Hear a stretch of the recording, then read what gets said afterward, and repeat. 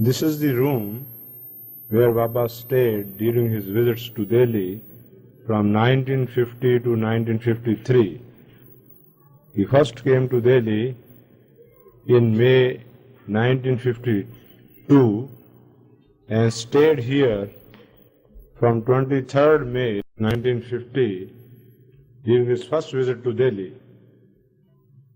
And as he came into this room, he immediately asked that all the doors and ventilators should be closed and the fan should be put off.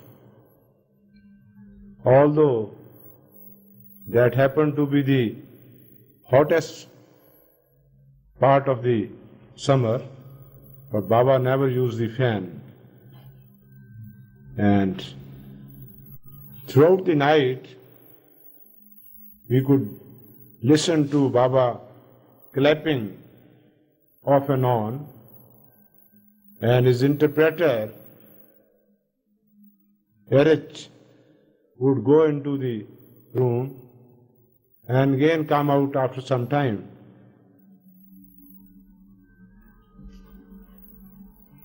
In the morning, when Baba got up, he said, pointing out to this part of the wall, "This is the center of creation." He said, "This is the center of creation." And as soon as Baba had left the room, I just put a nail into that point so that we would remember where he had pointed out the center of creation. After some time, we had a window opened into that portion of the wall so that we could have a permanent remembrance of the place which had been pointed out by the avatar as the center of creation. People in the states became very much interested, you see, and when last year I went to America, many of them inquired whether that center of creation, the Om point, was in my house. The other important thing in this room is a picture taken of Baba a few years back. One day, Baba was just giving instructions to a newcomer, and he looked up at the photo and said, "This picture is more powerful than my own self."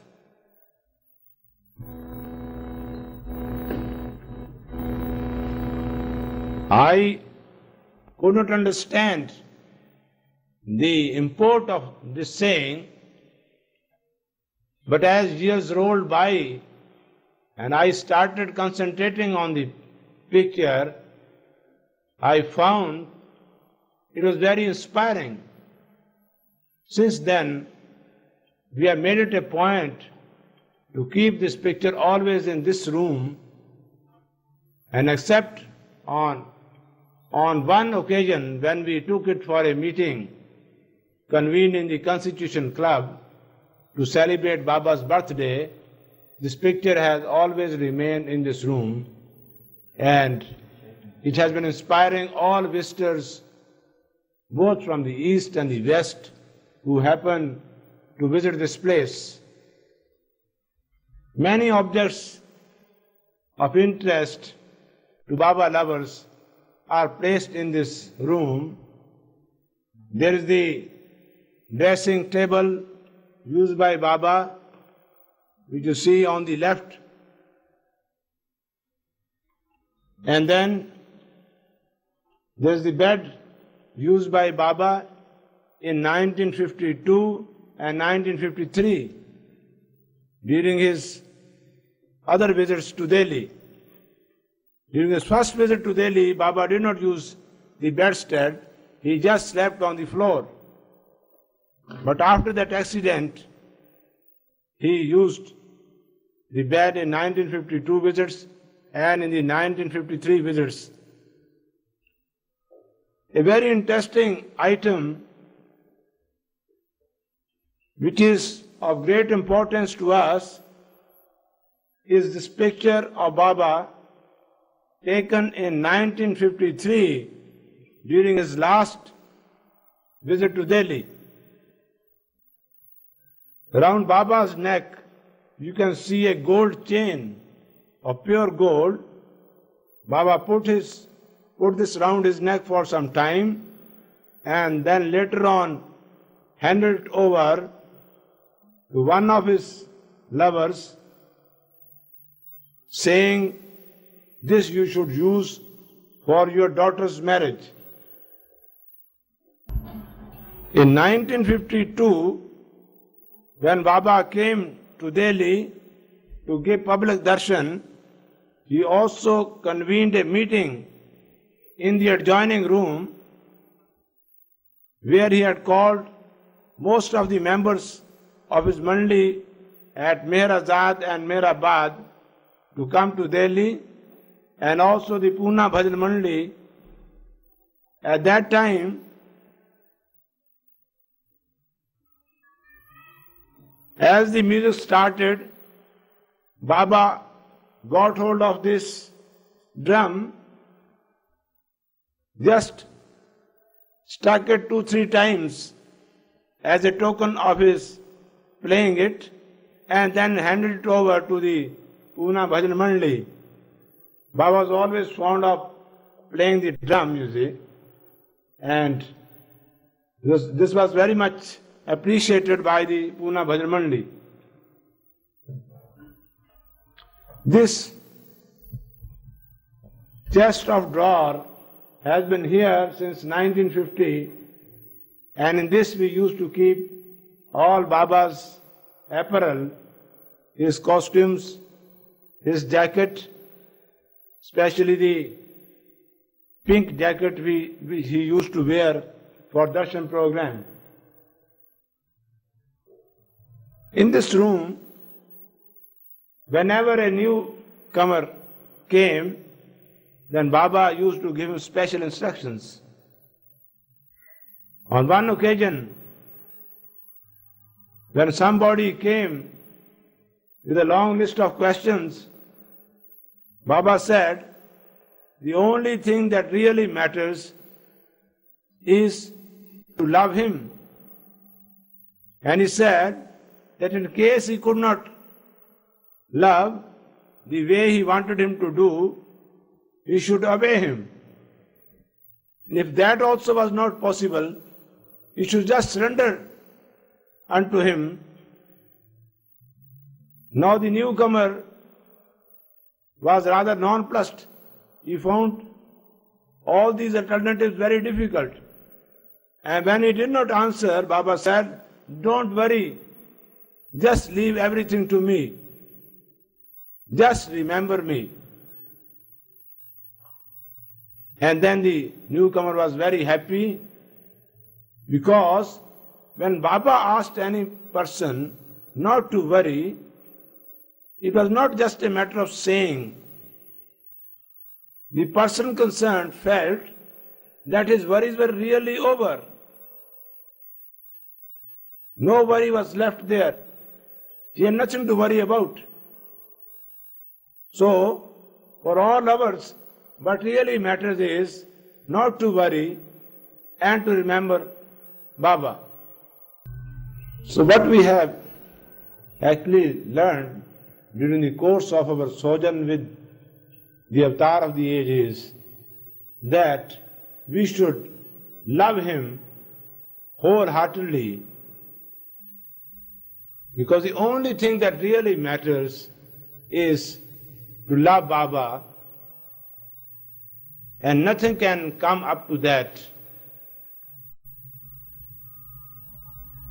I first came to know about Baba from my friend Dr. Daulat Singh in Srinagar after he had been to Baba in Dehradun. And the way he described Baba, I was highly impressed by his recitation, by his description of the beloved. A few days later, although I had never seen even a picture of Baba, I started having his visions. And then, suddenly in 1942, I received a parcel at Gulmarg addressed to me and giving a correct address which I had not divulged to anybody. When I opened the parcel, I found discourses by Meher Baba. I could there and then feel that Baba was omniscient. Otherwise, who could know my address so correctly? And I wrote to his secretary, Mr. Adike Irani, that I wanted to have Baba's darshan. The reply came that I should remember him as much as I could, and that when time came, then Baba would send for me. The reply was not very satisfactory because I was feeling so much restless to see Baba. When I came down to Srinagar from Gulmarg, I went to a temple and found that a lot of preparations were being made there for the celebration of the full moon day connected with their master, their perfect master. Since I had also in my mind taken Baba as my master, I also became restless and I wanted to do my puja, offer my offerings to Baba. And the night, when I went to bed, the thought was uppermost in my mind that I was missing my master while all these people were going to make their offerings to their master the next morning. About 3 to 4 o'clock in the morning, I was suddenly woken up, and as I got up, I found there was light coming out from my prayer room, which was next to my bedroom. I immediately went to the room and found Baba sitting there. And then I remembered that Baba had heard my prayer and had come to receive the offerings. I prostrated myself immediately at his feet, and since I had nothing in my hand to offer, I made just a verbal offering. But when I got up, I found Baba was not in the room. I was surprised. But then I wrote a letter to Baba's secretary, Mr. Adike Irani, and the wordings were like this: Baba appeared to me this morning in my prayer room and accepted my offerings. If this is a fact and not a hallucination, that this money which is being sent by money order should be accepted. If not, it can be returned. And you will be glad to know, as I was, that the money was accepted. Then another phase came. Again I requested for Baba's darshan, and then a few weeks later, I found that all the walls of my bedroom, which were made of brick and mortar, turned into glass. And through those glass panes, I could see a car passing on the roadside with Baba sitting into it. In the flash, the entire thing was over. Baba's car had left, and this glass pane again turned into brick and mortar. But I knew that what I had seen was a fact. So next morning I tried to make a search for Baba, thinking that he must be in the valley. In the valley of Kashmir. So I went from place to place, from hotel to hotel, from motel to motel, from boarding house to boarding house, until I came to a place near the Dal Lake in Srinagar, where the boy, one of the orderlies in the hotel, told me, yes, there was a party from Bombay who had come here. They went out in the morning, they did not eat anything, and there was one amongst the party wearing a white long robe with long flowing hair, who did not speak, and they would have 3 or 4 bottles of coffee or tea with them, and that they had left the same morning at the same time at which I had seen them. So again Baba had come to Kashmir and he had gone away, and I felt very much perturbed over it. Again I wrote to Baba, and quick came the reply that I could not come to Ahmednagar, but when the time came, then Baba would come to Kashmir and give his darshan. Not so happened. Next year, that is in 1944, one day suddenly my heart, without any reason, started throbbing. It was like a compass. When a compass is put out of order, it wants to adjust itself from north to south. So like that, my heart was also perturbed, because it felt that Baba was somewhere near in the Kashmir valley. I then started searching for him, and at last I came to know that there was a party come from Bombay, but Baba's name was not given therein.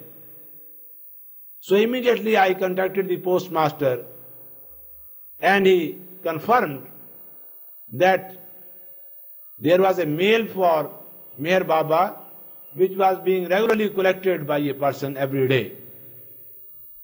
So I asked the postmaster to withhold the mail the next morning, give me a ring immediately so that I could come there and contact the person who would collect the mail.